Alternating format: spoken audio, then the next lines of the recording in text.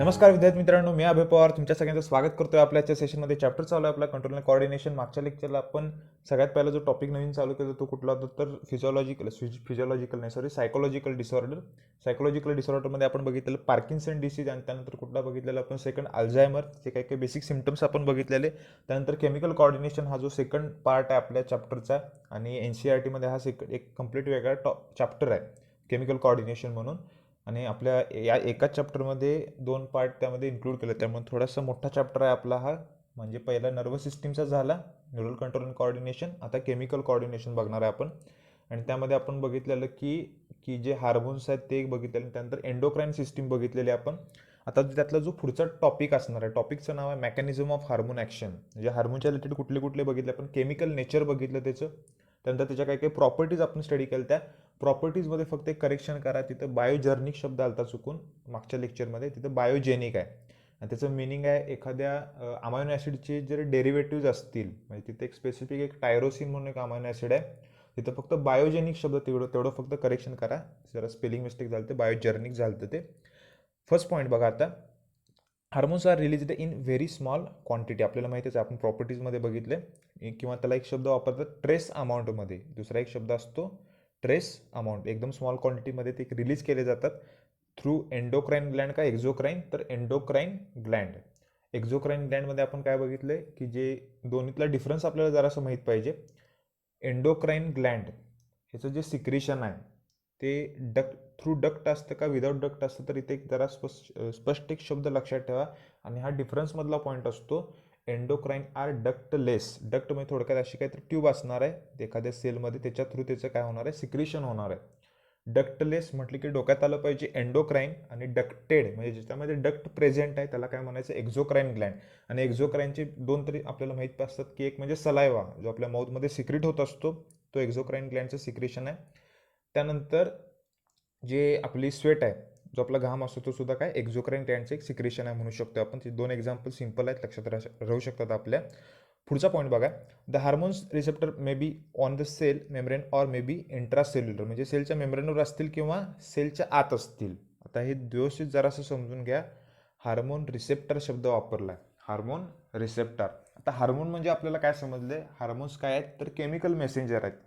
म्हणजे एक कुठली तर ग्लँड असणार आहे, एक कुठली तर ग्रंथी असणार आहे, त्यामधले काही काही स्पेशल सेल्स असणार आहेत. ते सेल्स ते हार्मोन्स सिक्रेट करणार आहेत.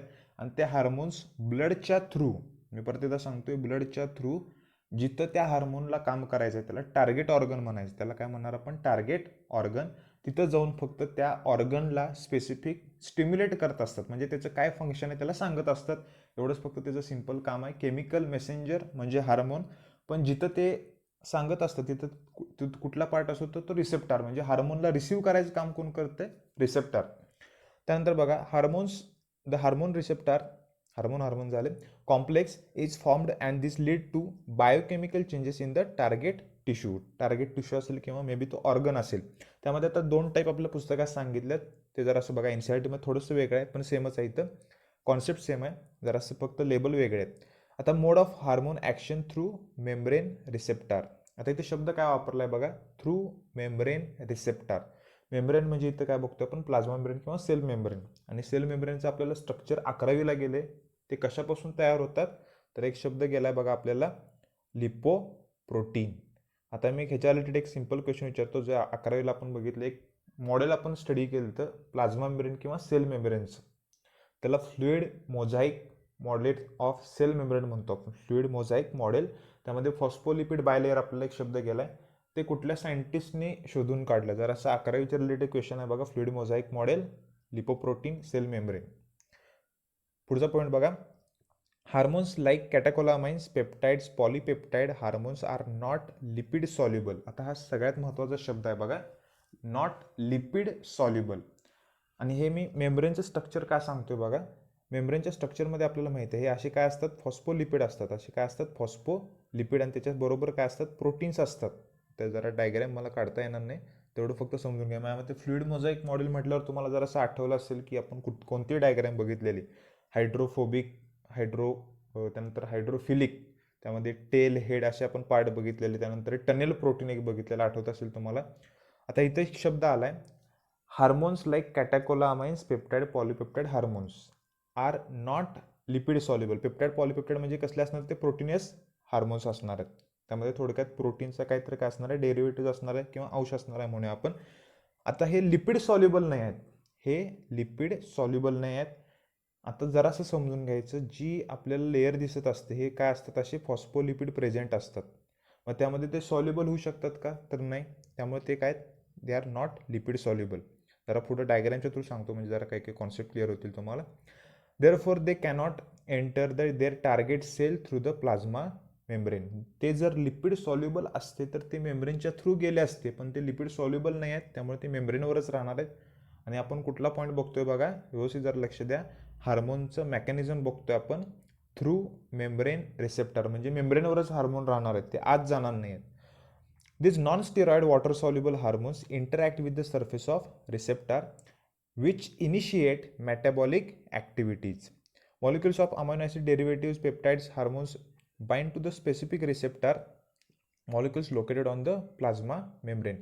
द हार्मोन रिसेप्टर कॉम्प्लेक्स म्हणजे हार्मोन आणि तो रिसेप्टर जो काही प्लाझ्मा मेम्ब्रेनवर प्रेझेंट आहे त्याचं एक कॉम्प्लेक्स स्ट्रक्चर तयार होतं. आणि त्याच्या कॉजमुळं काय होते बघा, release of enzyme adenylate cyclase from the receptor site. आता इथं काय समजून घ्यायचं आहे बघा, पहिला मी पॉईंट सांगतोय, नंतर डायग्रामच्या थ्रू व्यवस्थित सांगतो. सगळ्यात सुरुवातीला काय झालं बघा, आणि स्टेप व्यवस्थित लक्षात ठेवा. हार्मोन आहे, एक हार्मोन आहे, ते सिक्रेट झालं, कुठल्या तर एंडोक्राईन ग्लँडनं हार्मोन सिक्रेट केलंय, पण त्याला हार्मोनला कुठल्या तरी ठिकाणी, कारण शक्यतो काही काही हार्मोन्स कसे असतात की ते एखाद्या स्पेसिफिक ग्लँडमधून सिक्रेट झाल्यावर दुसऱ्या एखाद्या टार्गेट ऑर्गन, टार्गेट टिश्यूकडे जाऊन त्याचं काय करणार आहेत, काम करणार आहेत, ब्लडच्या थ्रू ट्रान्सफर होणार आहेत.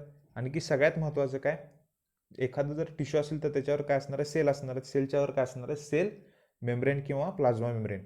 हार्मोन आला, सेल मेम्ब्रेनच्या इथं थांबला, आणि इथं प्रेझेंट काय आहेत, रिसेप्टर प्रेझेंट आहेत. रिसेप्टर आणि हार्मोनचं स्ट्रक्चर तयार झालं, त्याला काय म्हणायचं, हार्मोन रिसेप्टर कॉम्प्लेक्स. त्यानं काय केलं, एक एन्झाईम ते ॲक्टिव्ह केलं जे रिसेप्टरवर प्रेझेंट आहे, त्याचं नाव काय, ॲडिनायलेट सायक्लेज. त्यानंतर बघा, दिस एन्झाईम फॉर्म सायकलिक AMP. दिस एन्झाईम्स फॉर्म सायकलिक स्ट्रक्चर असतं, आणि AMPचा फुल फॉर्म आपल्याला माहिती आहे, ॲडेनोसिन मोनोफॉस्फेट. ATP म्हणजे सुद्धा आपल्याला माहिती आहे, ॲडेनोसिन ट्रायफॉस्फेट. आता हे जे सायकलिक AMP आहे ते कुणाला ॲक्टिवेट करते, काही काही एन्झायमॅटिक ॲक्शन ॲक्टिवेट करणार आहे. आता हे जरासं इन डिटेल NCERT थोडंसं मेन्शन केलं आहे, पण आपल्या पुस्तकात आहे तेवढं आपल्याला पुरेसं आहे, जास्त काही आत्ता सध्या तरी इन डिटेल जायची गरज नाही आहे. त्यानंतर बघा, the hormones act as a first messenger. सगळ्यात महत्त्वाचा पॉईंट बघा, hormones act as a first messenger and cyclic AMP act as a second messenger. Other kind of second messengers are calcium ions असणार आहेत, किंवा CGMP असणार आहे, किंवा IP3 असणार आहे, आयनोसिटॉल ट्रायफॉस्फेट, गॉनोसिन मोनोफॉस्फेट म्हणजे GMP. आता इथं डायग्रामच्या थ्रू आपण समजून घेऊया.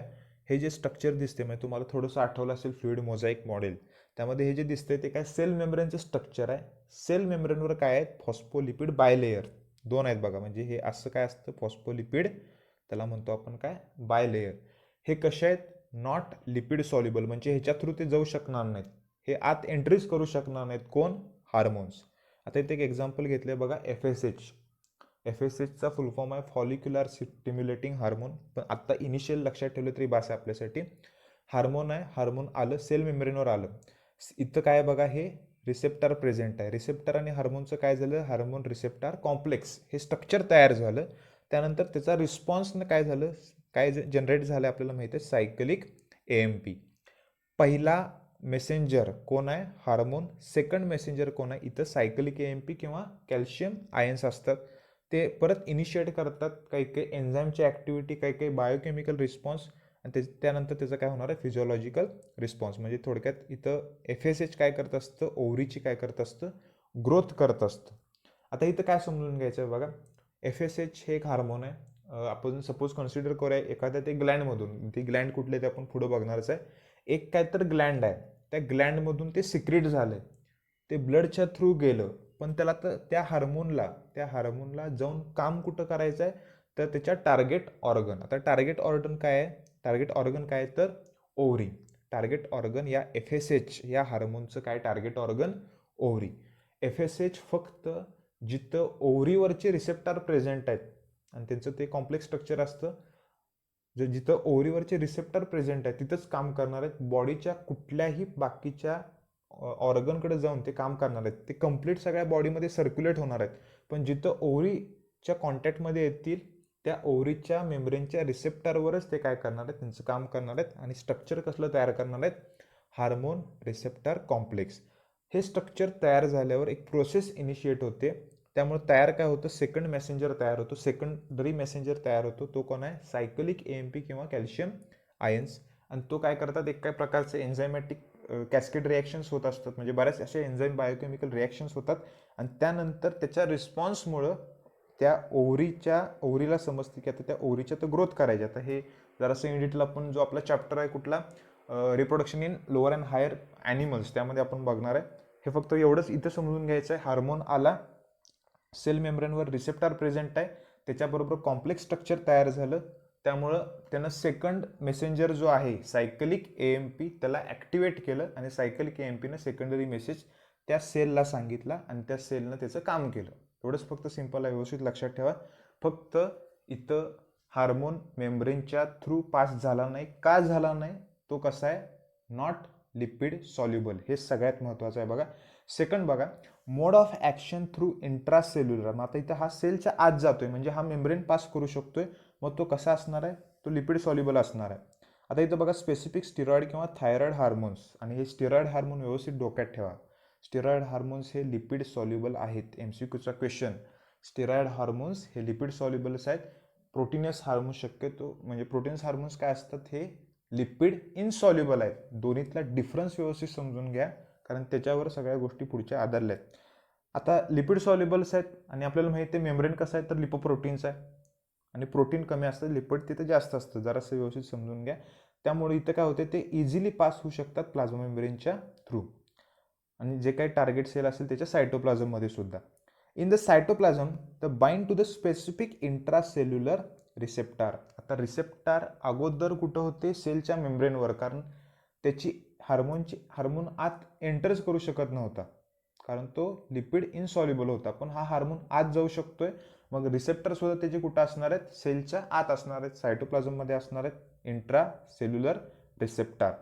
Protein forming hormone receptor complex that enters the nucleus. आता हा आणि कुठं जातोय बघा, सेल मेम्ब्रेननं पास केलं आणि कुठे गेला, तो न्यूक्लियसमध्ये गेला. In the nucleus the hormone receptor complex bind to the specific regulatory site of DNA. The activated genes transcribe mRNA which direct protein synthesis and enzyme in the cytoplasm. Action of lipid soluble hormones is slower but long lasting. आता इथं काय समजून घ्यायचं आहे बघा, सगळ्यात महत्त्वाचं जो हार्मोन आहे तो कसा आहे, एक एक्झाम्पल आपण कन्सिडर करूया. इथं इस्ट्रोजन हार्मोनचं नाव आहे, इस्ट्रोजन. आता हे हार्मोन सगळे एकाच दिवसात तुमच्या लक्षात राहतील असे नाहीत, कारण बरेच हार्मोन आपण या चॅप्टरमध्ये स्टडी करणार आहे. त्यामुळं 2-3दा व्यवस्थित रिवाईज करा, कारण हे सगळे शब्द हार्मोनच्या रिलेटेड आपल्याला नवीन आहेत. पहिला आपण कुठलं बघितलं, FSH फॉलिकल स्टिम्युलेटिंग हार्मोन. त्यानंतर आहे इस्ट्रोजन, ते कोण सिक्रेट करतं, कसं सिक्रेट करतं, त्याचं फंक्शनसुद्धा आपण समजून घेणार आहे. फक्त आपण ॲज अ एक्झाम्पल म्हणून काय इथं समजून घ्यायचं, एक प्रकारचं हार्मोन आहे, त्याचं नाव आहे इस्ट्रोजन. आता हा हार्मोन आहे कसा आहे बघा, लिपिड सॉल्युबल. तो मेम्ब्रेनच्या थ्रू गेला, पास झाला. इथं आत कोण आहे, न्यूक्लियस आहे आणि इथं रिसेप्टर हार्मोन कॉम्प्लेक्ससुद्धा स्ट्रक्चर तयार झाले.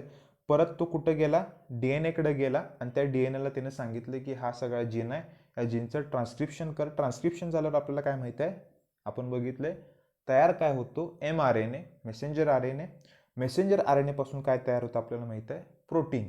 थ्रू प्रोसेस कुठली असते त्याला म्हणतो आपण ट्रान्सलेशन, आणि त्याचा रिस्पॉन्स काय, टिश्यूची ग्रोथ किंवा जे काय असेल ते होणार आहे सगळं. आता हे मी आणखीन एकदा परत जर रिवाईज करतोय, दोन्हीतला डिफरन्स फक्त आपल्याला समजून घ्यायचा, एकदम बेसिक डिफरन्स आहे. पहिला आपण बघितलं, काय बघितलं आठवते का बघा, जे हार्मोन्स आहेत दोन प्रकार असतात थोडक्यात, एक असतात लिपिड सॉल्युबल, एक लिपिड इनसॉल्युबल. जे लिपिड इनसॉल्युबल आहेत ते मेम्ब्रेनच्या थ्रू पास होऊ शकणार आहेत का, या मेम्ब्रेनच्या थ्रू तर पास होणार नाहीत, ते इथंच राहणार आहेत. इथे रिसेप्टर असणार आहे, त्याच्याबरोबर त्याचं कॉम्प्लेक्स स्ट्रक्चर तयार करणार आहेत आणि सायकलिक AMP तयार करणार आहेत. फक्त जे रिसेप्टरवर सेल मेम्ब्रेनवर त्यांचं मेकॅनिझम होत असतं, ते हार्मोन काय असतात, ॲज अ फर्स्ट मेसेंजर म्हणून काम करत असतात आणि सेकंडरी मेसेंजरला ते सांगत असतात. दुसरा एक मेसेंजर असतो, ते सांगत असतात की तू पुढच्या त्या सेलला ती प्रोसेस इनिशिएट करण्यासाठी सांग थोडक्यात. आता इथं काय झालंय, जे जे आपलं जे आता बघतोय आपण जे मेम्ब्रेनच्या थ्रू पास होतात ते कसे आहेत लिपिड सॉल्युबल, म्हणून ते मेम्ब्रेनच्या थ्रू गेले, न्यूक्लियसच्या थ्रू गेले, डीएनएकडे गेले, डीएनएला सांगितलं हा जीन आहे, या जीनपासून हा एमआरएनए तयार कर, एमआरएनए पासून प्रोटीन, प्रोटीनपासून परत एन्झाईम तयार कर. एकदम सिंपल प्रोसेस आहे. दोन्हीतला फरक व्यवस्थित समजून घ्या आणि बेसिक फक्त 2 पॉईंट तुम्हाला समजले पाहिजेत. कुठले तर जे मेम्ब्रेनच्या रिसेप्टरवर काम करतात. मी सारखं रिपीट करतोय कारण ह्याच्यावर एमसीक्यूचे क्वेश्चन असतात, कारण हा जो पार्ट आहे पटकन विद्यार्थ्यांना समजत नाही. एनसीईआरटीमध्ये थोडंसं आणखी इन डिटेल आहे, कॅस्केड मेकॅनिझम वगैरे कोण कोणाला कसं ॲक्टिव्ह करते ते, पण आत्तापुरतं आपल्याला एवढं समजलं तरी बास आहे. आणि मी जे 2 पॉईंट सांगतोय ते व्यवस्थित डोक्यात ठेवा. जे रिसेप्टरच्या म्हणजे फक्त मेम्ब्रेनवर येऊन काम करतात ते लिपिड इनसॉल्युबल आहेत, ते लिपिड इनसॉल्युबल आहेत, कारण plasma membrane made up of phospholipid by layer. ते एवढं समजलं असेल. आणि त्यानंतर ते हार्मोन रिसेप्टर कॉम्प्लेक्स तयार करणार आहेत, सेकंडरी मेसेंजरला ॲक्टिव्ह करणार आणि मग सेकंडरी मेसेंजर त्याचं काम करणार.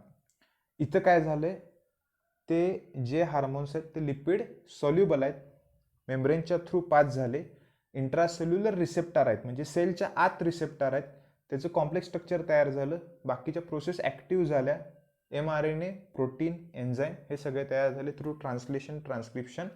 इतकं एवढं सिंपल आहे. त्यानंतर पुढचा पॉईंट बघूया आपण. आता सगळ्यात महत्त्वाचा यातला पॉईंट, आणि इथं आपण काय काय हार्मोन्स बघणार आहेत ते जरा व्यवस्थित समजून घ्या आपण. नाव आहे हायपोथॅलॅमस, आणि हायपोथॅलॅमस आपण बघितलं ह्यातला या चॅप्टरचा जो पहिला पार्ट आहे त्यामध्ये आपण बघितलंय. काय बघितलं आपण तर ब्रेनचे आपण पार्ट बघितलेले, आठवते का बघा, फोर ब्रेन, मिड ब्रेन आणि हाइंड ब्रेन. फोर ब्रेनमध्ये आपल्याला शब्द काय गेलता बघा, हायपोथॅलॅमस, म्हणजे डायन्सेफॅलॉनमध्ये होतं बघा, इपिथॅलॅमस, हायपोथॅलॅमस, आणि राहतोय कुठला थॅलॅमस. आणि बाकीचे कुठले कुठले बारके पार्ट होते तर ऑल फॅक्टरी, लोब, आणि फोर ब्रेनमधला मेजर पार्ट कुठला होता तर आपल्याला माहिती आहे काय, सेरेब्रम. म्हणजे हे जे 3 पार्ट आहेत त्यामधला डायन्सेफॅलॉनमध्ये परत थॅलॅमस, इपिथॅलॅमस, हायपोथॅलॅमस, त्यातला हायपोथॅलॅमस. परत आता मी डायग्राम सुद्धा तुम्हाला दाखवणार आहे. नाव व्यवस्थित लक्षात ठेवा, हायपोथॅलॅमस म्हणजे थॅलॅमसच्या खाली, below thalamus. It is ectodermal origin. एमसीक्यूचा क्वेश्चन आहे, व्यवस्थित नोट डाऊन करून घ्या. It is ectodermal in origin. आता हे काही जण असा अर्थ घेतात की आपल्या बॉडीचा वरचा जो पार्ट असणार आहे एक्टो असणार आहे, मधला मेझो असणार आहे, इनर एंडो असणार आहे. हे बरोबर आहे, पण ती जी ग्रोथ होत असते त्यामध्ये आउटर जो एक्टोडर्मल पार्ट आहे तो मेजर आपली नर्वस सिस्टीम तयार करत असतो. त्यामुळे त्याचं ओरिजिन व्यवस्थित लक्षात ठेवा. आणि हे जरासं आपण त्या रिप्रोडक्शन इन ॲनिमल्समध्ये बघणार आहे कशी प्रोसेस होत असते ते. इथं जरासं व्यवस्थित लक्ष द्या. ओरिजिन हायपोथॅलॅमसचं एक्टोडर्मल आहे. It is located at the floor of diencephalon. Floor of diencephalon, floor आणि रूफ दोन्हीतला फरक मी सांगितलाय काय तो. फ्लोअर म्हणजे खाली असणार आहे, रूफ म्हणजे वर असणार आहे. आणि रूफला काय असणार आहे, इपिथॅलॅमस. त्यानंतर बघा, major function of hypothalamus is to maintain homeostasis. आपण बघितलेच काय आहे ते.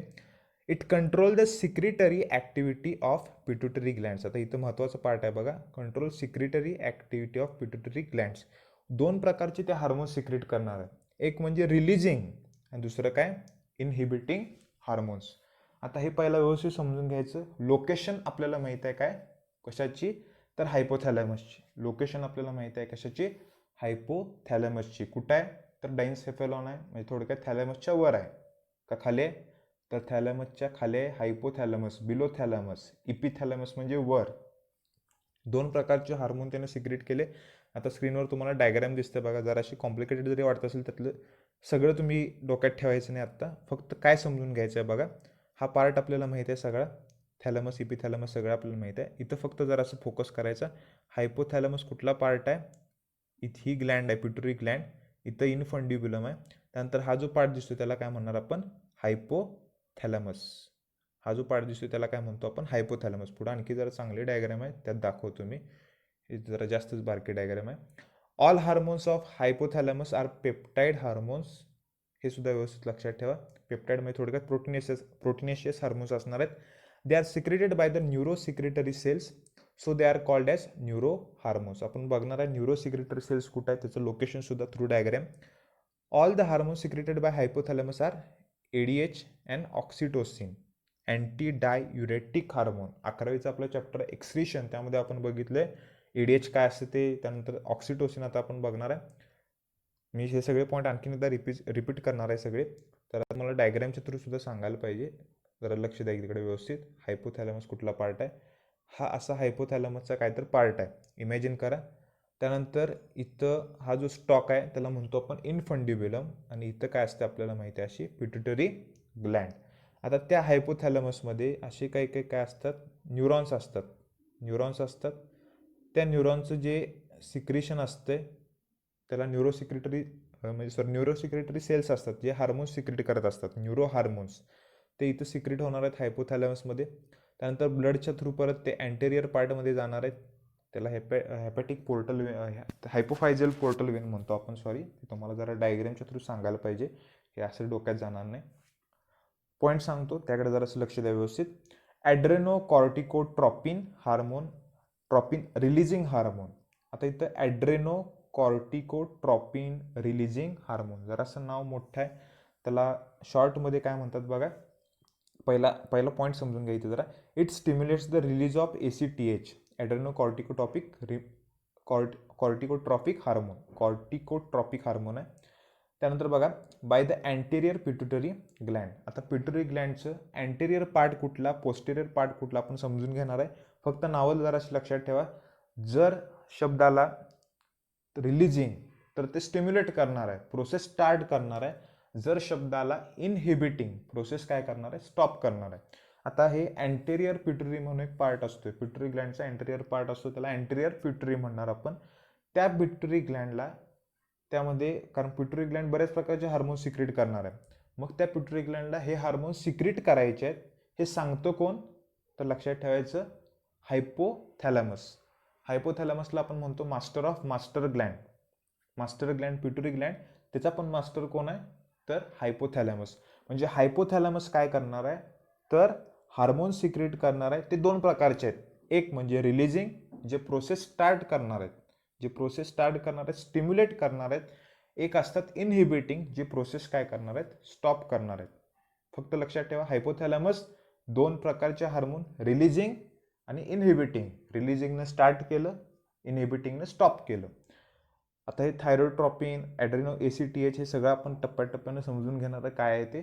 फक्त हे जे पॉईंट मी सांगतोय त्याचा जो फुल फॉर्म आहे तो व्यवस्थित प्रत्येक हार्मोनचा लक्षात ठेवा, कारण बरेच हार्मोन्स आपण बघणार आहे, त्याचा फुल फॉर्म आपल्याला माहीत पाहिजे.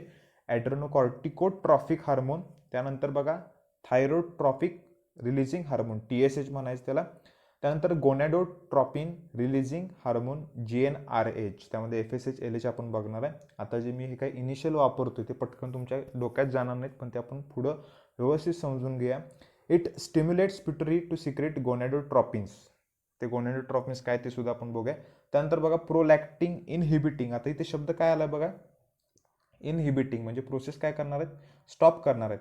प्रोलॅक्टोस्टॅटिन it inhibit prolactin release by the anterior pituitary gland. त्याचं फंक्शन सुद्धा आपण बघणार आहे, प्रोलॅक्टिंग. आता प्रोलॅक्टोस्टॅटिन. आता एक शब्द व्यवस्थित लक्षात ठेवा, जर कधी पण शब्द आला स्टॅटिन, ते सोमॅटोस्टॅटिन असू दे किंवा काय असू दे, स्टॅटिन म्हटलं की ती प्रोसेस काय करत असतं, इनहिबिट करत असतं. आणि जर शब्द आला ट्रॉपिन तर ते काय करत असतं, स्टिम्युलेट करत असतं. दोन्हीतला हा फरक समजून घ्या. सोमॅटोस्टॅटिन इनहिबिट करते ग्रोथ हार्मोन, सोमॅटोट्रॉफिक हार्मोन असतं ते. सोमॅटोस्ट्रॉपिन स्टिम्युलेट काय करते, ग्रोथ हार्मोनला. गॅस्ट्रिन रिलीजिंग पेप्टाइड GRP आणि गॅस्ट्रिन इनहिबिटरी पॉलिपेप्टाइड, त्याला काय म्हणायचं, GIP. फक्त दोन शब्द, रिलीजिंग आणि इनहिबिटिंग, एवढं आत्ता जरी तुम्हाला कळलं तरी पुरेसं आहे. रिलीजिंग म्हणजे प्रोसेस स्टार्ट करणार आहे, इनहिबिटिंग म्हणजे स्टॉप करणार आहे. हे GH, RH, SH सगळं हे आपल्याला असते ते सगळ्या गोष्टी समजू शकतो आपण. पण इथं ह्या गोष्टीला जास्त घाबरू नका, कारण हार्मोन्स बरेच आहेत, ह्याची नावं कशी लक्षात ठेवायची ते सारखं तुम्हाला रिवाईज करायला लागणार आहे. आणि हे तुम्हाला पुढे सुद्धा हे पिट्युटरी ग्लँडचे हार्मोन्स असतात, त्यामुळे हे व्यवस्थित आत्ताच समजून घ्या. डिग्रीला परत या गोष्टी कळत नाहीत आपल्याला, त्यामुळे एकदम बेसिक लेवलला आहे. हार्मोन आपण व्यवस्थित समजून घ्या, आणि सगळ्यात महत्त्वाचं पिट्युटरी ग्लँड समजून घ्या काय आहेत. आता पिट्युटरी ग्लँडमध्ये बघा, पिट्युटरी ग्लँड, त्याला आणखीन एक नाव आहे हायपोफायसिस ग्लँड. कारण ती हायपोफायसिसचं जे एक्सटेन्शन असतं त्याला त्यापासूनच तयार झालेले असते, म्हणजे हायपोफायसिस आहे. त्याचं एक्सटेन्शन आहे आणि पुढं काय असते अशी ग्लँड असते, म्हणून त्याला हायपोफायसिस ग्लँड म्हणायचं. हायपोफायसिस नाही, हायपोफायसिस ग्लँड. त्यानंतर बघा, the pituitary gland is the smallest gland. MCQचा क्वेश्चन. पी साईज असते, जे एक वाटाण्याचं मटाराचं दाणं असतं तेवढी दिसत असते, रेडिश ग्रे कलर असतो. It controls almost all other endocrine glands, hence earlier it was called as a master endocrine gland. जर MCQला क्वेश्चन विचारला तुम्हाला स्मॉलेस्ट एंडोक्राइन ग्लँड कुठले तर ते असणार आहे pituitary Gland. Master endocrine Gland कोण असणार आहे? Pituitary Gland. कारण आपल्या बॉडीमधले जे मेजर ग्लँड्स आहेत त्याला कंट्रोल करायचं, म्हणजे त्याला त्यांचं काम सांगायचं सुद्धा कोण करत असते काम? तर पिट्युटरी ग्लँड, म्हणून त्याला काय म्हणायचं? Master of endocrine Gland. एकदम सिंपल आहे. MCQचा क्वेश्चन लक्षात ठेवा. आणि मास्टर ऑफ मास्टर तर ती कोण असणार आहे? हायपोथॅलॅमस. कारण पिट्युटरीला सुद्धा काम करायचं कोण सांगतंय? हायपोथॅलॅमस. आता जरा असं लोकेशन व्यवस्थित समजून घ्या. म्हणजे अगोदर सुद्धा सांगितलं, हा सगळा पार्ट आपण सगळा कव्हर केला, व्यवस्थित समजून घेतलाय. आता स्पेसिफिक आपण पिट्युटरी ग्लँड बघतोय. वरचा पार्ट बघा कुठला आहे? हायपोथॅलॅमस. त्यानंतर इथं ग्लँडचे दोन पार्ट दिसतात बघा, एक म्हणजे अँटेरियर आणि काय दिसतोय? पोस्टेरियर. हा अँटेरियर पार्ट आणि हा पोस्टेरियर पार्ट आहे पिट्युटरी ग्लँडचा. त्यानंतर बघा, it is located just below the hypothalamus, आपल्याला माहितीच आहे. And is attached to it by stalk. त्या स्टॉकला काय म्हणायचं? इनफंडिब्युलम किंवा हायपोफायजियल स्टॉक. जरा व्यवस्थित जर लक्ष द्या इकडं, डायग्रामच्या थ्रू सांगतोय मी. आता हा जो पार्ट दिसतोय हा काय झाला? हायपोथॅलॅमस. हा जो पुढचं त्याचं एक्सटेन्शन आहे त्याला काय म्हणायचं? स्टॉक. आणि ही काय झाली? Pituitary Gland. त्या स्टॉकला काय म्हणायचं? हायपोफायजियल स्टॉक किंवा इनफंडिब्युलम. हा शब्द महत्त्वाचा आहे बघा. पुढचा पॉईंट बघा, pituitary gland remains lodged in bony depression. त्याला म्हणायचं सेला टर्सिका असं नाव आहे त्याचं. आणि हे बोन जरा असं व्यवस्थित लक्षात ठेवा, ते डिप्रेशनला ते सेला म्हणायचं. पण एकदा बोनवर क्वेश्चन विचारलेला, स्पिनॉइड बोन. थोडक्यात ते जे बोनी पार्ट असतो कशाच्या बाजूला? तर त्या पिट्युटरी ग्लँडच्या, त्याला म्हणायचं स्पिनॉइड बोन. यामध्ये तुम्हाला 11वीचा चॅप्टर आठवत असेल, लोकोमोशन अँड मुवमेंट. त्यामध्ये स्पिनॉइड, इथमॉइड हे सगळे आपण बोन स्टडी केले. त्यामुळे MCQला हे डिप्रेशनपेक्षा सगळ्यात महत्त्वाचा जो बोनी स्ट्रक्चरचा जो पार्ट आहे, कुठलं बोन असतं? तर स्पिनॉइड बोन. व्यवस्थित लक्षात ठेवा. पिट्युटरी ग्लँड प्रोटेक्ट केलेले आहे, त्याच्या बाजूला कुठलं बोन आहे? Sphenoid bone. Pituitary gland consist of 2 lobes. 2 lobes आहेत. कॉल्ड ॲज अँटेरियर लोब, त्याला म्हणायचं ॲडेनो हायपोफायसिस. पोस्टेरियरला काय म्हणायचं? Neuro hypophysis. MCQचा question, anterior adeno, posterior neuro. एकदम सिंपल लक्षात राहते. Adeno hypophysis, neuro hypophysis. Both the lobes develop from different parts of embryo, hence it is dual origin. आता हे डिफरंट पार्ट्स ऑफ एम्ब्रिओ का म्हटले आपण ते जरा असं आपण व्यवस्थित समजून घेऊया. कारण जे स्ट्रक्चर आहे कशाचं? तर आपल्या पिट्युटरी ग्लँडचं, त्यामध्ये पहिला व्यवस्थित समजून घ्या. आपल्याला माहिती आहे वर इथं कोण आहे? हायपोथॅलॅमस आहे. म्हणजे जेव्हा एम्ब्रिओची डेव्हलपमेंट होत असते तेव्हा काय होत असतं? मी जरा सांगतोय, नीट समजून घ्या. हायपोथॅलॅमसच एक्सटेन्शन एक तयार होतं आणि ग्लँड तयार होते, पण या ग्लँडचा फक्त पोस्टेरियर पार्ट तयार होत असतो. म्हणजे या हायपोथॅलॅमसचे एक्सटेन्शन जो काय टिश्यू असतात तयार होतात, फक्त या पिट्युटरी ग्लँडचा पोस्टेरियर पार्ट ते तयार करत असतात, पोस्टेरियर पिट्युटरीचा. आणि हा जो अँटेरियर पार्ट आहे हा नंतर त्याला अटॅच होत असतो. अँटेरियर पार्ट काय होत असतो?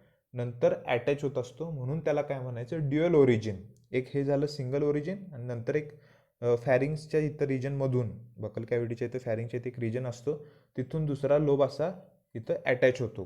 आणि जेव्हा कंप्लीट ग्रो होतो एम्ब्रिओ तेव्हा तिथं 2 लोब असतात, म्हणून त्याला म्हणायचं ड्युअल ओरिजिन. एक जो पोस्टेरियर पिट्युटरीचा पार्ट आहे, तो डायरेक्ट कशापासून तयार झाला? या हायपोथॅलॅमसच्या एक्सटेन्शन पासून तयार झाला. म्हणजे हायपोथॅलॅमसचे टिश्यू जराशे पुढे आले आणि त्यांनी तयार केला पोस्टेरियर पार्ट. फक्त अँटेरियर पार्ट काय झाला? नंतर अटॅच झाला. त्यामुळे त्याला काय म्हणतो आपण? Dual origin. आता इथं आपल्याला काय समजून घ्यायचं आहे बघा. बोनचं कुठलं नाव सांगितलं? हे जे बोन दिसते आपल्याला त्याला काय म्हणायचं? Sphenoid bone. आणि हे जे डिप्रेशन आहे त्याला ते सेला म्हणायचं. पण MCQला व्यवस्थित लक्षात ठेवा, पिट्युटरी ग्लँड कुठल्या बोनमध्ये प्रोटेक्ट केलेले असते, त्यामध्ये स्पिनॉइड, इथमॉइड बरेच काही काही शब्द येतात, त्यामुळे ते व्यवस्थित आपल्याला माहीत पाहिजे. Sphenoid bone. आता बघा पुढचा पार्ट. आता इथं काही काही मी जरा पार्ट सांगतो ते जरा असं लक्ष द्या व्यवस्थित. हायपोथॅलॅमस आपल्याला समजलं कशाचं फ्लोअर आहे, तर डायन्सेफॅलॉनचं किंवा थॅलॅमसचा म्हणूया आपण. त्यानंतर जरासं कॉम्प्लिकेटेड वाटत असलं तरी सुद्धा आपण व्यवस्थित समजून घेऊया हे काय प्रॉपर स्ट्रक्चर आहे ते. अँटेरियर हा एक लोब झाला बघा, आणि त्यानंतर हा काय झाला पोस्टेरियर लोब, हा झाला पोस्टेरियर लोब. आता अँटेरियर जो लोब आहे, अँटेरियर पिट्युटरी म्हणायचं त्याला, आणि दुसरा एक शब्द काय आपण वापरला ॲडेनोहायपोफायसिस. ॲडेनोहायपोफायसिस त्यामध्ये बघा पार्स ट्युबरॅलिस, इंटरमिडिया आणि डिस्टॅलिस हे 3 पार्ट आहेत. फक्त नावं लक्षात ठेवा. ट्युबरॅलिस मध्ये असतो इंटरमिडिया, आणि त्यानंतर काय डिस्टॅलिस, एवढीच फक्त नावं लक्षात ठेवा. त्यानंतर बघा हा जो पार्ट दिसतोय पोस्टेरियर पिट्युटरी, त्यामध्ये असे जे स्ट्रक्चर दिसतंय त्याला काय म्हणायचं, म्हणजे इथं दिसत नाही ते, तर तुम्हाला रिप्रोडक्शनचा पार्ट सांगायला पाहिजे, त्याशिवाय ते समजलं नसतं. इमॅजिन करा की हा काय तर लोब आहे, आणि त्याच्या आत काय असणार आहे, तर असे 3 काय असणार आहे स्ट्रक्चर दिसणार आहेत. आता त्याला काय काय शब्द वापरला आपण, अँटेरियर, पोस्टेरियर, आणि त्यानंतर काय मधला पार्ट मेडिया, अशा पद्धतीचा आहे. ते जरा तुम्हाला इथं सांगता येणार नाही मला. आता एक्सटर्नल पार्ट दिसतोय, फक्त काय समजून घ्यायचं की पिट्युटरी ग्लँड 2 लोब आहेत, अँटेरियर ॲडेनोहायपोफायसिस, परत त्याचे 3 पार्ट आहेत, ट्युबरॅलिस, इंटरमिडिया आणि डिस्टॅलिस. ट्युबरॅलिस, इंटरमिडिया आणि डिस्टॅलिस इथं लेबल केलं बघा व्यवस्थित. ट्युबरॅलिस, त्यानंतर इंटरमिडियामध्ये आहे बघा, आणि डिस्टॅलिस हा लोअर पार्ट आहे, त्याला काय म्हटलं आपण डिस्टॅलिस. पार्स नर्वोसा, पोस्टेरियर पिट्युटरी. आता इथं एक पर्सेंटेज व्यवस्थित लक्षात ठेवा, जो 75% पार्ट आहे, 75% जो पार्ट आहे पिट्युटरीचा तो अँटेरियर पिट्युटरीचा असतो, आणि 25% हा पोस्टेरियर पिट्युटरीचा पार्ट असतो. व्यवस्थित लक्षात ठेवा, 75% अँटेरियर, 25% काय असतो पोस्टेरियर. दोन्हीतला फरक माहीत पाहिजे आपल्याला. आता त्यानंतर पुढचा पॉईंट बघूया आपण. ॲडेनोहायपोफायसिस इज अ आउटग्रोथ, आणि हा जरासा MCQचा क्वेश्चन आहे, व्यवस्थित लक्षात ठेवा. Adenohypophysis is an outgrowth from the roof of buccal cavity. From the roof of buccal cavity. आपल्याला माहिती आहे आपली बकल कॅव्हिटी कुठं असते ती. आता त्याच्या रूफपासून, म्हणजे त्याची सुरुवात कुठं झाली बघा, एम्ब्रियोच्या स्टेजमध्ये म्हणतोय मी. एम्ब्रियोच्या स्टेजमध्ये काय झालं, जे हायपोथॅलॅमस आहे त्या हायपोथॅलॅमसनं ठरवलं की आपलं जे काही पुढचं एक्सटेन्शन आहे टिश्यू जराशी डेव्हलप करूया आणि पोस्टेरियर पिट्युटरी तयार करूया. पण इथं काय होतं, बकल कॅव्हिटी होती. बकल कॅव्हिटीमध्ये एक असं काय तर एक पाऊचसारखं स्ट्रक्चर आलं, आउटग्रोथ असते त्या बकल कॅव्हिटीची, त्याला म्हणायचं रॅथकेस पाऊच. रॅथकेस पाऊच व्यवस्थित लक्षात ठेवा, MCQचा क्वेश्चन आहे. बऱ्याच वेळेला हे रॅथकेस पाऊच काय आहे ते व्यवस्थित समजत नाही. मी आणखीन एकदा सांगतोय, व्यवस्थित समजते का बघा. सगळ्यात महत्त्वाचं काय, कुठं होतं आपण, सोमॅटोस्टॅटिन झालं, हे झालं, ते झालं, हा पार्ट चालू होता आपला कशाचा, ॲडेनोहायपोफायसिसचा आउटग्रोथ. आता त्यामध्ये जरासं लक्ष द्या, आणखीन एकदा मी सांगतोय, आणि हे व्यवस्थित तुम्हाला समजलं पाहिजे. पहिल्यांदा आपल्याला काय समजलं बघा, हायपोथॅलॅमस आहे. हायपोथॅलॅमसनं ठरवलं काय तर त्याचे टिश्यू जराशे आपण काय करूया, एक्सटेंड करूया. त्यानं तयार केलं पोस्टेरियर पिट्युटरी. एकदम सिंपल आहे बघा, हायपोथॅलॅमसच्या टिश्यूपासूनच काय तयार झाली, पोस्टेरियर पिट्युटरी तयार झाली. आता तिथं कंप्लीट पिट्युटरी कधी म्हणणार आहे, त्याला अँटेरियर पार्ट अटॅच झाल्यावर. पण इथं खाली बकल कॅव्हिटी असते, त्याचं एक एक्सटेन्शन असतं, त्याचं एक आउटग्रोथ असते, आणि ती नंतर इथं अटॅच होते कशाला, जसं जसं डेव्हलप होत जातं, एम्ब्रियो डेव्हलपमेंट होत असते, तसं तसं ते काय होत असणार आहे, त्याची आउटग्रोथ आहे ती जाणार पोस्टेरियर पिट्युटरीच्या तिथं, आणि तिथं कशाला होणार आहे, अटॅच होणार आहे, आणि कंप्लीट पिट्युटरीचं काय होणार आहे, स्ट्रक्चर तयार होणार आहे. आता हे जे आउटग्रोथ आहे, बकल कॅव्हिटीची आउटग्रोथ आहे, त्याला काय म्हणायचं, रॅथकेस पाऊच. ह्याला काय म्हणायचं, रॅथकेस पाऊच. MCQला व्यवस्थित लक्षात ठेवा. It grows upward towards the brain. The neurohypophysis grows as a downward extension of hypothalamus. त्यामुळे ते व्यवस्थित माहीत पाहिजे. न्यूरोहायपोफायसिस म्हणजेच काय, पोस्टेरियर पिट्युटरी. ॲडेनोहायपोफायसिस म्हणजेच काय, अँटेरियर पिट्युटरी. आणि ॲडेनोहायपोफायसिस आउटग्रोथ कशाची आहे, बकल कॅव्हिटीची. त्या आउटग्रोथला काय म्हणायचं, रॅथकेस पाऊच. एकदम सिंपल आहे. पुढचा पॉईंट बघूया आपण. The two outgrowth together form pituitary Gland. दोघांनी एकत्रितून तयार काय केलं, पिट्युटरी ग्लँड. आणि हे एम्ब्रिओमधलं आहे. आत्ता आपल्याकडे कंप्लीट पिट्युटरी ग्लँड आहे. त्यामध्ये बघा, the connection of Rathke's pouch with pituitary gland is lost in embryo. The intermediate lobe, pars intermedia म्हणजे मधला पार्ट असतो, is a small reduced part lying in the cleft between anterior and posterior lobe. दोघांच्या मधला जो part असतो त्याला काय म्हणायचं, इंटरमिडिया, पार्स इंटरमिडिया म्हणतो आपण. आणि तो अँटेरियर पिट्युटरीचाच पार्ट आहे. पार्स इंटरमिडिया डिस्टॅलिस आणि काय राहिलं आपलं ट्युबरॅलिस. आता बघा, neurohypophysis is connected directly to the hypothalamus by axon fibres. आता हे सगळ्यात महत्त्वाचं आहे बघा, कारण मगाशी आपण बघितलं बघा, मी काय सांगितलं, हायपोथॅलॅमस आणि त्याचं जे एक्सटेन्शन काय आहे तर पोस्टिरियर पिट्युटरी. त्यामुळे त्याचं जे कनेक्शन आहे, आता म्हणजे इथं न्यूरॉन्स आहेत समजा, इथं त्याचे एक्झॉन्स असणार आहेत, is connected directly to the hypothalamus by axon fibres. हे जरासं माहीत पाहिजे आपल्याला. Adenohypophysis and intermedia lobes are connected to the hypothalamus through hypophyseal portal system. आता हे आपल्याला पटकन समजत नाही. आता आपण एक जो रेस्पायरेशन सर्क्युलेशन आहे त्यामध्ये आपल्याला पोर्टल सिस्टीमसुद्धा जाणार आहे. पोर्टल सिस्टीम म्हणजे फक्त मी सांगतो, समजते का बघा. सपोज आपण कन्सिडर करूया आपलं हार्ट आहे, आणि आपलं हार्ट काय करत असतं, ऑक्सिजनेटेड ब्लड, डिऑक्सिजनेटेड ब्लड ह्याचं ते सर्क्युलेशन करत असतं. आपल्याला एवढं माहीत आहे. आपण ऑक्सिजन घेतला, लंग्समध्ये गेला, लंग्समधून तो हार्टमध्ये गेला ऑक्सिजन. हार्टमध्ये ऑक्सिजन गेल्यावर, म्हणजे मी एकदम सिम्पल सांगतोय, इन डिटेल रेस्पिरेशन सांगत नाही. आपलं काय तर सपोज कन्सिडर करूया हार्ट आहे, हार्टमधून एखाद्या म्हणजे ऑक्सिजनेटेड ब्लड आलं, ऑक्सिजनेटेड काय झालं असं ब्लड आलं, हार्टमध्ये गेलं. त्यानंतर एक कुठला तर आपण ऑर्गन कन्सिडर करूया, हा काय तर किडनीचा ऑर्गन आहे, फक्त समजण्यासाठी सांगतोय मी. आता त्या ऑर्गनला ब्लड दिलं, ऑक्सिजनेटेड ब्लड, पण ज्या काही सगळ्या सेल्युलर ॲक्टिव्हिटीज आहेत त्या सगळ्या झाल्यावर ती किडनी काय करणार आहे, डिऑक्सिजनेटेड ब्लड काय करणार आहे, तयार करणार आहे. मग ते कोण घेऊन जात असतं तर व्हेन घेऊन जात असते. ऑक्सिजनेटेड ब्लड आर्टरी नेते, डिऑक्सिजनेटेड कोण नेत असतं, व्हेन नेत असते, कॅरी करत असते. आपल्याला बेसिक माहीत आहे. पण इथं काय होत असते की प्रत्येक ऑर्गन, प्रत्येक टिश्यूकडं एक आर्टरी असते, एक व्हेन असते. कधीही कुठलाही ऑर्गन हा त्याचं डिऑक्सिजनेटेड ब्लड हे दुसऱ्या ऑर्गनमध्ये ट्रान्सफर करत नाही. पण कधी कधी काय काय कंडिशन होते की सपोज आणखी दोन असे ऑर्गन्स आहेत, ते थ्रू व्हेन्स हे डिऑक्सिजनेटेड ब्लड डायरेक्ट हार्टला पाठवत नाहीत, तर ते ऑर्गनच्या थ्रू ट्रान्सफर करत असतात. म्हणजे मी काय बोलतोय समजते का बघा. एक ऑर्गन आहे, कुठला पण कन्सिडर करा, एक ऑर्गन आहे, त्या ऑर्गनला ऑक्सिजनेटेड ब्लड म्हणजे ज्या ब्लडमध्ये ऑक्सिजन आहे ते ब्लड कोण देणार आहे, आर्टरी देणार आहे. जे डिऑक्सिजनेटेड ब्लड आहे त्या ऑर्गनने तयार झाले वेगवेगळ्या त्याच्या मेटाबॉलिक ॲक्टिव्हिटीजमुळं, ते डिऑक्सिजनेटेड ब्लड कोण नेणार आहे त्या ऑर्गनपासून परत हार्टकडं, तर कोण नेणार आहे आपल्याला माहीत आहे, तर व्हेन्स नेणार आहेत. प्रत्येक ऑर्गनला, प्रत्येक टिश्यूला काय असणार आहेत, आर्टरीज आणि व्हेन्स अटॅच असणार आहेत थ्रू कॅपिलरीज.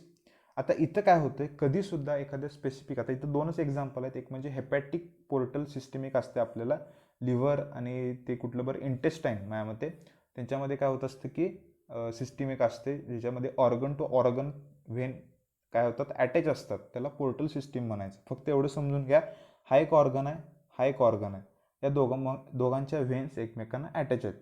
त्यातलं एका ऑर्गनमधलं डिऑक्सिजनेटेड दुसऱ्या ऑर्गनमध्ये जाते थ्रू पोर्टल सिस्टीम. त्या सिस्टीमलाच काय म्हणायचं, या सिस्टीमला पोर्टल सिस्टीम.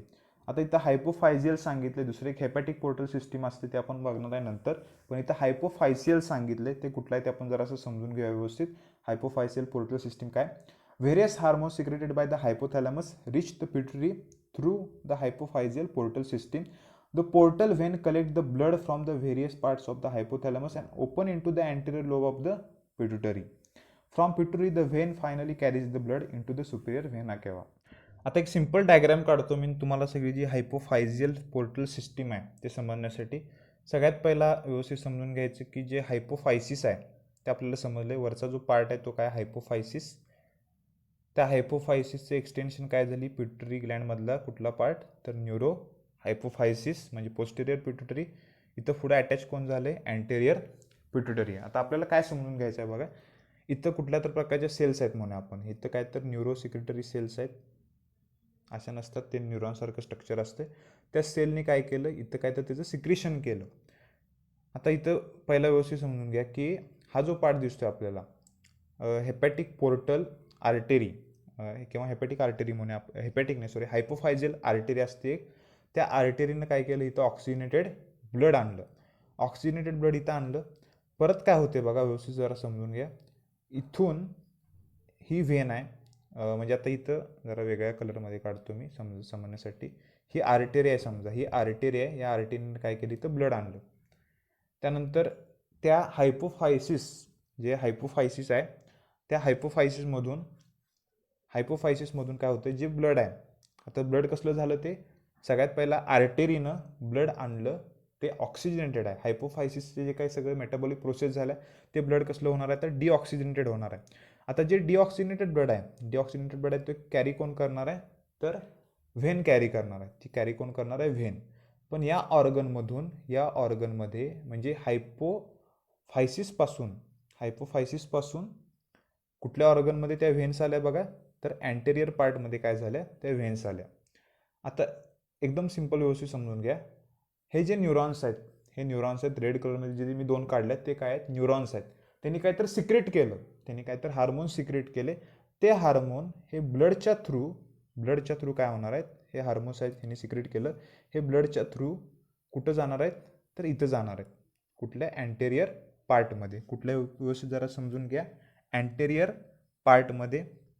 आणि ही जी सिस्टीम दिसते आपल्याला, म्हणजे साधं सोपं लक्षात ठेवा, हायपोफायसिस आणि या ॲडेनो हायपोफायसिसला कनेक्ट करणारी ही जी काही सगळी सिस्टीम दिसते आपल्याला, त्या सिस्टीमला काय म्हणायचं, हायपोफायजियल पोर्टल सिस्टीम.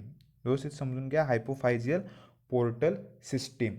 म्हणजे काय होतंय की जे मगाशी आपण 2 हार्मोन बघितलेले, एक म्हणजे काय, जे रिलीजिंग आहेत, जे स्टिम्युलेट करतात, आणि दुसरे इनहिबिटिंग, जे प्रोसेस काय करत असतात, तर स्टॉप करत असतात. मी आणखीन एकदा सांगतो, व्यवस्थित समजते का बघा. पहिली स्टेप व्यवस्थित पहिला समजून घ्या. हे काय आहेत, न्यूरॉन्स आहेत.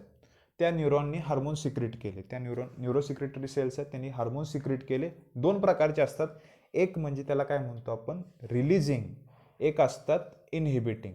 एक प्रोसेस स्टार्ट करणारे, एक स्टॉप करणारे. मग ते हार्मोन कोण सिक्रेट केले, तर ते कुणामध्ये सिक्रेट केले, थोडक्यात हायपोथॅलॅमसमध्ये सिक्रेट झाल्यावर ते ब्लडच्या थ्रू मगाशी हायपोफायसिस शब्द वापरलो चुकून मी, हायपोथॅलॅमसमध्ये सिक्रेट झाले. हायपोथॅलॅमसमध्ये सिक्रेट झाले हार्मोन, ते रिलीजिंग असतील किंवा इनहिबिटिंग असतील. ते परत या सगळ्या ब्लड सिस्टीमच्या थ्रू कुठं जाणार आहेत, अँटेरियर पार्टमध्ये आल्यावर जर रिलीजिंग हार्मोन असेल तर ते अँटेरियर पिट्युटरी काय करणार आहे, तो हार्मोन काय करणार आहे, रिलीज करणार आहे. जर इनहिबिटिंग असेल तर ते हार्मोनचं प्रोसेस काय करणार आहे, थोडक्यात स्टॉप करणार आहे.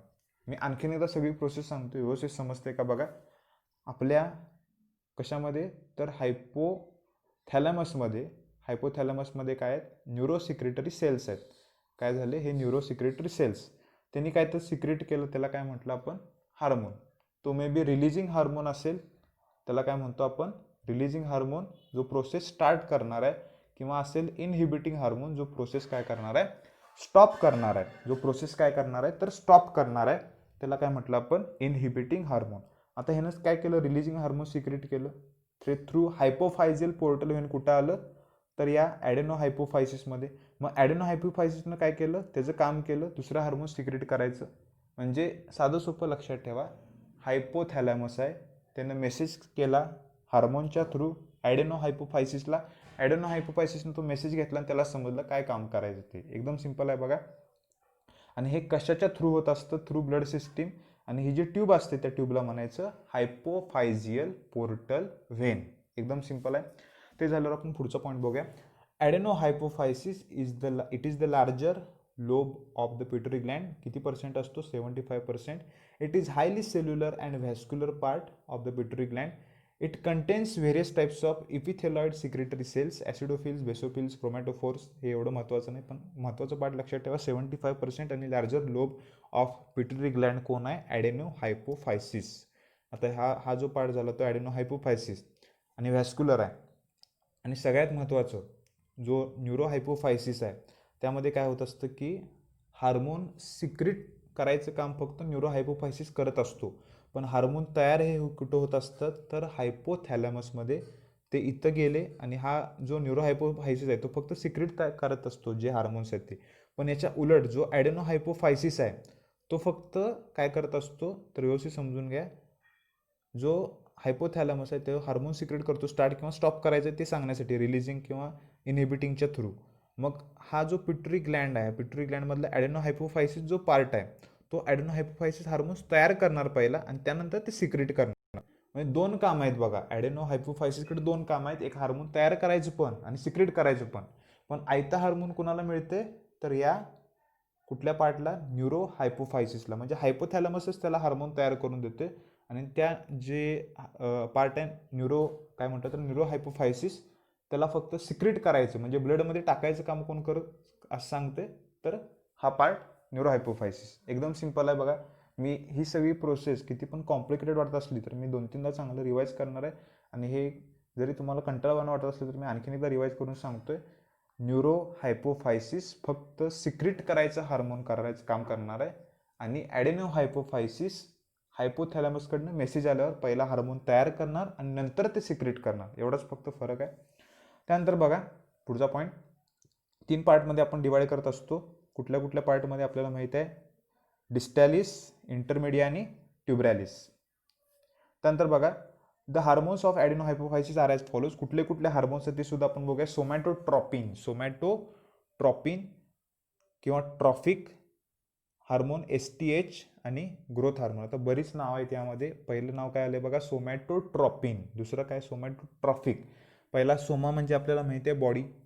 आता इथं ट्रॉफिक किंवा ट्रॉपिन ह्याचं मिनिंग सांगतो मी काय आहे ते.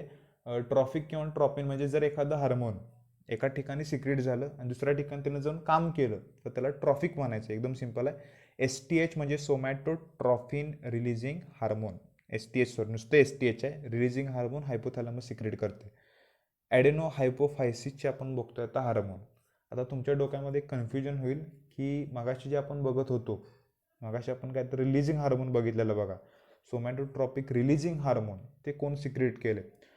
एकदम सिंपल लक्षात ठेवा, जर कधी पण शब्द आला रिलीजिंग किंवा इनहिबिटिंग म्हणजे तिथं आर असेल किंवा आय असेल तर ते हार्मोन कोण तयार केले, तर हायपोथॅलॅमसनं. ते हार्मोन तयार कोण केले, हायपोथॅलॅमसनं. हार्मोन तयार झालेलं हायपोथॅलॅमसनं ते गेलं ॲडेनो हायपोफायसिसमध्ये. जर ते रिलीजिंग असेल तर ॲडेनो हायपोफायसिस स्टिम्युलेट करणार, ते इनहिबिटिंग असेल तर प्रोसेस स्टॉप करणार. हा फक्त दोन्हीतला फरक आहे. आणि ते ग्रोथ हार्मोन आहे म्हटल्यावर काय करणार आहे, ग्रोथ करणार आहे. This hormone stimulates growth development of the all tissues by accelerating protein synthesis and cell division. जर आपल्या बॉडीची ग्रोथ होते म्हणजे नक्की ॲक्च्युली काय होत असतं, सेल डिवाइड होत असतात आणि काय होत असतं, प्रोटीनचं काय होत असतं, सिंथेसिस होत असतं. एकदम सिंपल आहे. हायस्ट सिक्रेशन द GH म्हणजे growth hormone is seen till puberty and then its secretion of become low. म्हणजे एका लिमिटपर्यंत, प्युबर्टी म्हणजे आपली एक एज असते मॅच्युरिटीची, तिथंपर्यंत काय होत असतं की ग्रोथ हार्मोन सिक्रेट होत असतं. म्हणजे असं नाही की आपली जसं वय वाढते तसं कंप्लीट ग्रोथ होत राहणार आहे. एका लिमिटपर्यंत आपली ग्रोथ होत असते, त्याला आपण प्युबर्टी म्हणत असतो त्या स्टेजला. आणि त्यानंतर त्याचं सिक्रेशन लो व्हायला लागतं, कंप्लीट स्टॉप होत नाही. कारण आपल्या बॉडीमध्ये सेल डिव्हिजनसुद्धा महत्त्वाचं आहे. काही काही सेल हे रिप्लेससुद्धा केले पाहिजेत. ग्रोथ म्हणजे फक्त इन द सेन्स ऑफ हाईटसुद्धा नाही आहे, बाकीच्या बऱ्याच काही काही गोष्टी असतात. However it is continuously secreted through out the life for repair and replacement of the tissue किंवा सेल. कारण आपल्याला माहिती आहे आपल्या बॉडीमध्ये जे सेल्स आहेत, एक्झाम्पल घेऊया आपण RBC, त्याचं लाईफ स्पॅन किती असतं, 120 डेज. त्यामुळे ते सेल रिप्लेस केले पाहिजे, तिथं सेलचं डिव्हिजन झालं पाहिजे. त्यासाठी सुद्धा ग्रोथ हार्मोन काय गरजेचे आहे. त्यानंतर बघा, improper secretion of growth hormone produces various disorder. आता 2 प्रकार असणार आहेत. एक म्हणजे ते जास्त प्रमाणात सिक्रेट होतील किंवा कमी प्रमाणात होतील. हायपो सिक्रेशन म्हणजे below the normal level. Hypo म्हणजे below the normal level. Hyposecretion of growth hormone since childhood म्हणजे अर्ली स्टेजमध्ये result in stunted physical growth and condition is called as a pituitary dwarfism. Dwarf म्हणजे आपल्याला माहिती आहे बुटके असतात ते. एखाद्या व्यक्तीची जर हाईट कमी असेल, हाईट म्हणजे एकदम ते रेग्युलर ह्याच्यापेक्षा कमी म्हणतोय मी, तुम्हाला इमेज दाखवतो मी पुढं. ते असतं रिझल्ट कशाचा, हायपोसिक्रेशनचा. परत एकदा मी सांगतोय, ग्रोथ हार्मोन स्पेसिफिक बघतोय आपण, बॉडीची ग्रोथ करत असतं, सेल डिव्हिजनला हेल्प करत असतं, प्रोटीन सिंथेसिस इनिशिएट करत असतं. त्याचं जर सिक्रेशन प्रमाणापेक्षा कमी झालं त्याला म्हणायचं हायपोसिक्रेशन. त्याचा रिझल्ट काय असतो, आणि अर्ली स्टेजमध्ये चाइल्डहुडमध्ये जर त्याचं सिक्रेशन कमी झालं तर त्याची ग्रोथ होणार नाही, त्याला म्हणायचं ड्वार्फिझम. त्यानंतर बघा, हायपर सिक्रेशन जर प्रमाणापेक्षा जर जास्त सिक्रेट झालं चाइल्डहुड म्हणजे अर्ली स्टेजमध्येच, त्याला जिजॅन्टिझम किंवा गिगॅन्टिझम असं सगळे प्रोनाऊन्सिएशन करत असतात, पण मोस्टली त्याचं प्रोनाऊन्सिएशन गिगॅन्टिझम असंच करतात. अ कंडिशन कॉल्ड ओव्हर ग्रोथ. इथं स्टंटेड झाला म्हणजे ग्रोथ एकदम कमी झाली, इथं जास्त प्रमाणापेक्षा जास्त ग्रोथ झाली, त्यानंतर बघा the individual attain abnormal height, प्रमाणापेक्षा म्हणजे ते आय थिंक माझ्या मते 7 ते 8 फुटाचे सुद्धा असतात काही काही एक्सेप्शन कंडिशनमध्ये. When the pituitary gland produces excess growth hormone in the middle age. आता मिडल एज म्हणजेच काय, एक लिमिट. मिडल एज म्हणजे आपलं ॲडल्टमध्ये पहिला जे 2 बघितले आपण, हायपोसिक्रेशन हायपरसिक्रेशन, ड्वार्फिझम आणि गिगॅन्टिझम, ते काय होते, जर सिक्रेशन अर्ली स्टेजमध्ये म्हणजे त्याची ग्रोथ होत असताना, म्हणजे अर्ली स्टेजमध्ये चाइल्डहुड स्टेजमध्ये जर ते हार्मोन कमी सिक्रेट झालं किंवा जास्त सिक्रेट झालं तर हायपो आणि हायपर झालं तर. पण आता काय बघतोय आपण, ॲडल्ट स्टेजमध्ये जर त्याचं सिक्रेशन बघतोय आपण, ते जरा व्यवस्थित लक्षात ठेवा. It result in the disappropriation of growth causing disfigurement, enlargement of bones of nose, lower jaw, hands, fingers, feet. The condition is called as a acromegaly. Condition त्याला काय म्हणायचं, ॲक्रोमेगॅली. एकदम सिंपल लक्षात ठेवा, जर ॲडल्ट स्टेजमध्ये त्याचं सिक्रेशन झालं तर काय झालं एक्झेस अमाऊंटमध्ये, तर त्याला काय म्हणतो आपण, ॲक्रोमेगॅली. पहिला आपण काय बघितलं, ड्वार्फिझम आणि गिगॅन्टिझम. आता स्क्रीनवर तुम्हाला दिसते बघा, ड्वार्फिझमची डायग्रॅम आहे. काय होत असते, हाईट कमी होत असते, एकदम सिंपल आहे बघा. आणि इथं काय दिसते आपल्याला, गिगॅन्टिझम. म्हणजे आता इथं काय झालं, हाईट प्रमाणापेक्षा जास्त आहे आणि हे अर्ली स्टेजमध्ये. हा नॉर्मल व्यक्ती आहे आणि हा गिगॅन्टिझम झालेला साईडला दिसतोय बघा आपल्याला, आणि रिअल फोटोग्राफ्स आहेत. त्यानंतर सेकंड बघा, थायरोट्रॉपिन किंवा थायरॉइड स्टिम्युलेटिंग हार्मोन. आता हे जे सगळे हार्मोन्स आहेत ते एका दिवसात सगळे तुमच्या लक्षात राहतीलच असं नाही आहे. त्यामुळे त्याचा फुल फॉर्म सगळ्यात महत्त्वाचा आहे. एक्झामला तुम्हाला MCQला इनिशियल सगळ्याला पडत असतात, त्यामुळे इनिशियल प्लस त्याचा फुल फॉर्म आपल्याला माहीत पाहिजे. TSH म्हणजे थायरॉइड स्टिम्युलेटिंग हार्मोन. तर TSRH असेल तर काय असणार आहे, TSRH thyroid stimulating releasing hormone, TSRH. आणि जर I असेल तर इनहिबिटिंग. त्यानंतर बघा, it is primary action, it is to stimulate thyroid gland. कुठल्या ग्लँडला स्टिम्युलेट करणार आहे, थायरॉइड ग्लँडला. कुठला हार्मोन सिक्रेट करायला, थायरॉक्झिन. त्यामुळे ते पहिलं व्यवस्थित समजून घ्या. थायरॉइड स्टिम्युलेटिंग हार्मोन म्हणजे TSH थायरॉइड ग्लँडला स्टिम्युलेट करणार आहे, म्हणजे थायरॉइड ग्लँडला थायरॉक्झिन सिक्रेट करायला सांगणार आहे. ते दुसरं एक हार्मोन झालं, ते आपण थायरॉइड ग्लँड पुढे बघणारच आहे. त्याचं लोकेशन कुठं असतं, काय असतं, त्याचं फंक्शनसुद्धा. त्यानंतर बघा, ॲड्रेनोकॉर्टिकोट्रॉफिक हार्मोन, ACTH. आता ADH आणि ACTH दोन्हीमध्ये जरासं कन्फ्युजन होत असते, त्यामुळे दोन्हीचं नाव व्यवस्थित लक्षात ठेवा. ACTH म्हणजे काय, आणि शक्यतो हे जे सगळे हार्मोन्स आहेत एकदा लिहून काढा, त्याचा फुल फॉर्म, त्याचं इनिशियल. ACTH म्हणजे ॲड्रेनोकॉर्टिकोट्रॉपिक हार्मोन किंवा adrenocorticotropin. It stimulates adrenal cortex. आता ॲड्रेनल कॉर्टेक्स पहिलं आपल्याला माहीत पाहिजे, ॲड्रेनल ग्लँड कुठं आहे. ॲड्रेनल ग्लँड कुठं असते तर आपल्याला माहिती आहे किडनीच्या वर.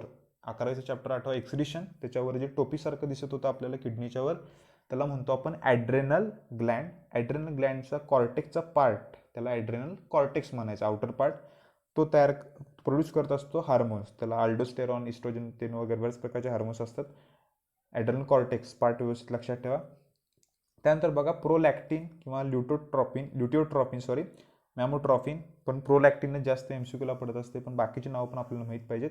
Prolactin is the unique among the pituitary hormones as it under the predominant inhibitory control from the hypothalamus. Prolactin activates growth of the breast during the pregnancy, त्याला मॅमोट्रॉपिनसुद्धा म्हणतो आपण. And stimulates the milk production and secretion of milk. आता MCQला एक व्यवस्थित लक्षात ठेवा, कशाची ग्रोथ, कशाची, ब्रेस्टची, प्रेग्नन्सीच्या वेळेला, आणि त्यानंतर मिल्क सिक्रेशन आणि मिल्क प्रोडक्शन. बऱ्याच वेळेला हे शब्द पडलेत.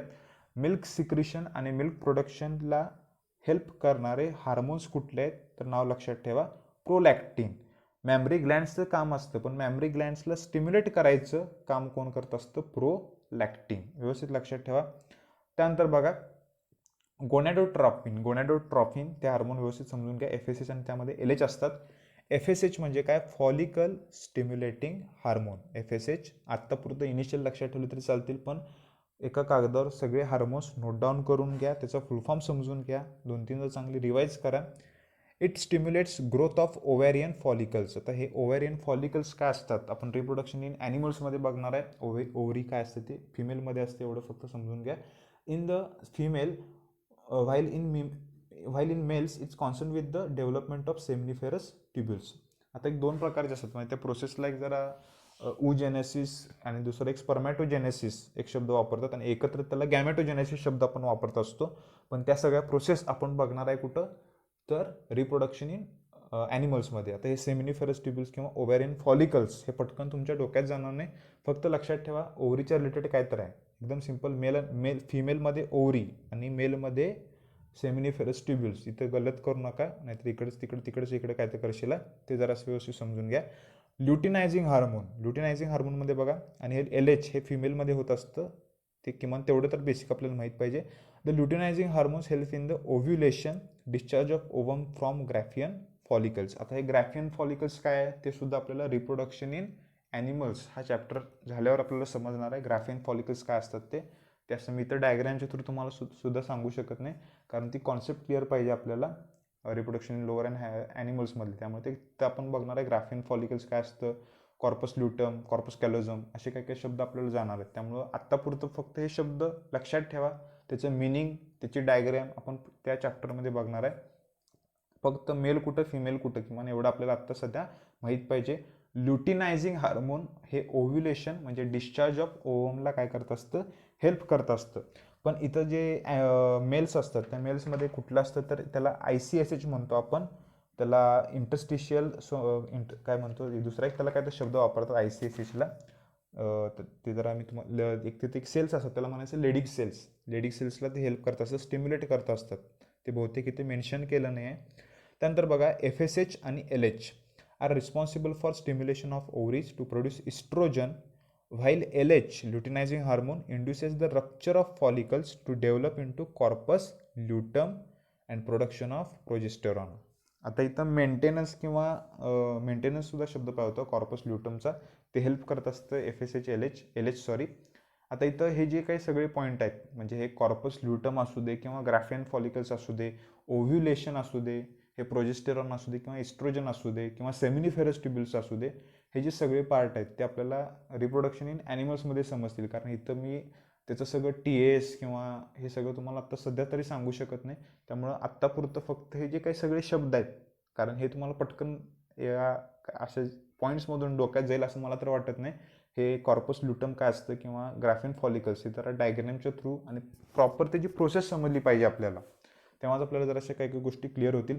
जरी तुम्हाला हा 10वीला जरी झाला असेल तर ते 10वीला व्यवस्थित शिकवलं असेल नसेल ते मला माहीत नाही. त्यामुळे मी तुम्हाला त्या चॅप्टरमध्ये जरासं इन डिटेल सांगणार आहे काय आहे ते. त्यानंतर बघा interstitial cell stimulating hormone ICSH मगाशी मी सांगितलं ते मेलमध्ये असतं. स्टिम्युलेट करतं टेस्टीजला अँड्रोजन कुठला आहे तर टेस्टोस्टेरॉन हे हार्मोन आहे टेस्टोस्टेरॉन. ते कशासाठी रिस्पॉन्सिबल असतं, सेकंडरी सेक्शुअल कॅरेक्टर, आणि हे मेलमध्ये असतं लक्षात ठेवायचं. टेस्टोस्टेरॉन हे सेकंडरी सेक्शुअल कॅरेक्टरसाठी रिस्पॉन्सिबल असतं, म्हणजे दाढी मिशा हे सेकंडरी सेक्शुअल कॅरेक्टर्स आहेत. त्यानंतर बघा neurohypophysis, it is differentiated into 3 parts. कुठले आहेत बघा, पार्स नर्वोसा, त्यानंतर न्यूरल लोब त्यालाच म्हणतो आपण, आणि इनफंडिब्युलम आणि मेडियन इमिनेन्स. आता हे इतकं इन डिटेल तुम्हाला विचारत नाहीत, पण न्यूरोहायपोफायसिसमध्ये फक्त हा शब्द लक्षात ठेवा, पार्स नर्वोसा. त्यानंतर बघा त्यानंतर पुढचा पॉईंट बघूया आपण. The pars nervosa act as a storage area for the secretion of hypothalamus. आता हा पॉईंट जरासं व्यवस्थित समजून घ्या. Store and release of oxytocin and vasopressin. आता हे जे दोन हार्मोन्स आहेत ऑक्सिटोसिन आणि व्हॅसोप्रेसिनला आणखीन एक नाव आहे ADH. आता हे जरासं क्लिअर करून घ्या. स्टोअर आणि रिलीज हे करायचं काम कोण करतंय, पोस्टेरियर पिट्युटरी. पण प्रोडक्शन करायचं काम कोण करतंय, हायपोथॅलॅमस. म्हणजे हायपोथॅलॅमसनं ऑक्सिटोसिन त्यानंतर व्हॅसोप्रेसिन हे दोन्ही पण हार्मोन तयार करून कुणाला दिले तर पोस्टेरियर पिट्युटरीला. पोस्टेरियर पिट्युटरीमधला पार्स नर्वोसा हा पार्ट फक्त ते सिक्रेट करणार आहे, हे फक्त सिक्रेट करणार आहे. ऑक्सिटोसिन स्टिम्युलेट काय करतं, कॉन्ट्रॅक्शन युटेरस फिमेलमध्ये असतं. कुठल्या प्रोसेसमध्ये, पार्च्युरेशनच्या वेळेला. It also stimulate the contraction of mammary glands to initiate the ejection or release of milk. त्यानंतर बघा so is called as a birth hormone or milk ejecting hormone. त्यामुळे ऑक्सिटोसिन MCQला व्यवस्थित लक्षात ठेवा, बर्थ हार्मोन ऑक्सिटोसिनला म्हणायचं. त्यानंतर बघा अँटीडायरोटिक हार्मोन किंवा व्हॅसोप्रेसिन. आता ADH आणि ACTH दोन्हीमध्ये फरक आहे, व्यवस्थित लक्षात ठेवा. ॲड्रेनोकॉर्टिकोट्रॉफिक हार्मोन म्हणजे ACTH आणि ADH म्हणजे अँटी डाययुरेटिक हार्मोन. आणि ADH आपल्याला गेलं आहे कुठं तर आपला जो चॅप्टर होता एक्सक्रीशन त्यामध्ये ADH गेलं आहे बघा आपल्याला. आणि त्याला दुसरं नाव आहे व्हॅसोप्रेसिन म्हणजेच ADH. दोन्ही पण नावं अल्टरनेट पडत असतात, त्यामुळे दोन्ही पण नावं आपल्याला माहीत पाहिजेत. ADH म्हणजेच काय, व्हॅसोप्रेसिन.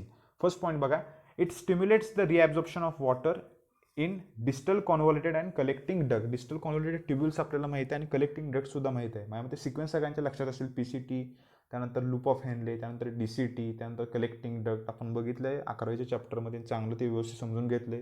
काय तर जे स्ट्रक्चर कशाचं असतं ते आपल्याला काय म्हणतो, शब्द वापरतो नेफ्रॉन, न्यूरॉन म्हणणार होतो मी. It decrease loss of water by reducing the urine quantity. मग थोडक्यात ते रिॲब्झॉर्प्शन करत असतं, लॉस ऑफ वॉटर डिक्रीज करत असतं. It increase the blood pressure. महत्त्वाचा पॉईंट बघा, ADH त्याला व्हॅसोप्रेसिन का म्हणतो आपण, कारण ते ब्लड प्रेशर इन्क्रीज करायचं काम करत असतं. व्हॅसो कॉन्स्ट्रिक्शन म्हणजे ब्लड व्हेसल्सचं डायमीटर कमी करून त्याचं कॉन्स्ट्रिक्शन करून ब्लड प्रेशर वाढवायचं काम कोण करते, व्हॅसोप्रेसिन किंवा ADH. त्यामुळे त्याचं हे एक्स्ट्रा फंक्शन आहे, ते सुद्धा व्यवस्थित लक्षात ठेवा. रिॲब्झॉर्प्शन ऑफ वॉटर पण आहे आणि increase the blood pressure. Deficiency of ADH reduce water reabsorption and increase urine output. आपल्याला माहितीच आहे त्या कंडिशनला म्हणायचं डायबिटीज इन्सिपिडस. दुसरं एक आपण बघितलं डायबिटीज, त्याला काय म्हणायचं, डायबिटीज. तुम्ही सांगा मला काय आहे ते. एमवरनं काहीतरी शब्द आहे बघा. एक झालं इन्सिपिडस, दुसरं एक असतं ते सुद्धा मी सांगितलं. आणि इथं ग्लुकोजचा no glucose is lost in the urine. Excessive micturition म्हणजे आपल्याला माहिती आहे रिलीज. कॉज एक्झिसिव्ह थर्स्ट, तहान लागते जास्त मिक्च्युरेशन किंवा जास्त वॉटर लॉस झाल्यामुळं. This is condition is called as polydipsia. त्यानंतर बघा पुढचा point, pars intermedia. It is poorly develop human beings. त्यामध्ये बघा, it secretes melanocyte stimulating hormone MSH. आता जे इंटरमिडिया आहे ते व्यवस्थित जरासं समजून घ्या. हार्मोनचं नाव बऱ्याच वेळेला MCQला पडलंय MSH, मेलॅनोसाइट स्टिम्युलेटिंग हार्मोन. मेलॅनोसाइट, आता शब्द मेलॅनोसाइट आहे, व्यवस्थित लक्षात ठेवा. लोअर व्हर्टेब्रेट्समध्ये MSH मध्ये काय होते बघा, MSH stimulates the dispersion of melanin granules in melanocyte is responsible for skin pigmentation. ज्यांची स्किनची जराशी शेड डार्क असते त्यांच्यामध्ये मेलॅनिन जास्त असते, जराशी ज्यांची व्हाईट शेड असते त्यांच्यामध्ये मेलॅनिन कमी असतं. त्यानंतर बघा पिनियल ग्लँडमध्ये बघा, पिनियल ग्लँड झालं आहे आपल्याला मागच्या त्या नर्वस सिस्टीममध्ये. Pineal gland is given off from the roof of the diencephalon, is located between the 2 cerebral hemisphere आणि पोस्टेरियर पार्टला असतं आपल्याला माहिती आहे. Pineal gland is a sensitive to biochemical signals of light. It secrete the हार्मोनचं नाव काय, melatonin. मगाशी जे बघितलं ते होतं मेलॅनोसाइट, आता melatonin, known as sleep inducing hormone. मेलॅटोनिनचं नाव व्यवस्थित लक्षात ठेवा. Melatonin is derived from the tryptophan हे अमायनो ॲसिड आहे. And plays a very important role in the regulation of biological clock. त्याला जे काही आपलं 24 आवर्सचं काय असतं, डाययुरनल रिदम असतं, त्याला बायोलॉजिकल क्लॉक म्हणतो आपल्या बॉडीचं. It helps to maintaining normal rhythm of sleep wake cycle and also influences body temperature, metabolism, reproductive cycle. पण सगळ्यात जास्त ह्याच्यावर MCQचा question sleep inducing hormone melatonin, एवढं लक्षात ठेवलं चालते. कशापासून डिराईव्ह होत असतं, ट्रिप्टोफॅन हे एक प्रकारचं अमायनो ॲसिड आहे. कोण ग्लँड सिक्रेट करतं, पिनियल ग्लँड. एकदम सिंपल आहे. आणि आजच्या लेक्चरला बरेच काही पॉईंट आपण स्टडी केलं, ते आणखीन एकदा व्यवस्थित रिवाईज करा. आणि जे काही सगळे हार्मोन्स आहेत ते हार्मोन्स मी परत एकदा पुढच्या लेक्चरला रिवाईज करणार आहे. पण किमान तुम्हाला प्रत्येक हार्मोनचा फुलफॉर्म माहीत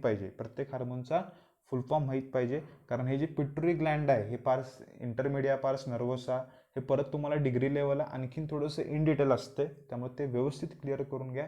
कुठले काही डाऊट असतील तर तुम्ही नक्की विचारू शकताय. कारण आत्ता जेवढं फक्त सिलेबस पुरतं आपण बघतोय, पण ह्याची डिग्रीला ह्याची पुढे डेप्थ वाढलेली असते. त्यामुळे इथं तुमचा जरासा बऱ्यापैकी बेस क्लिअर झाला पाहिजे. जे पॉईंट सांगितले ते आणखीन एकदा व्यवस्थित रिवाईज करा आणि आजच्यापुरतं आपण इथं थांबूया.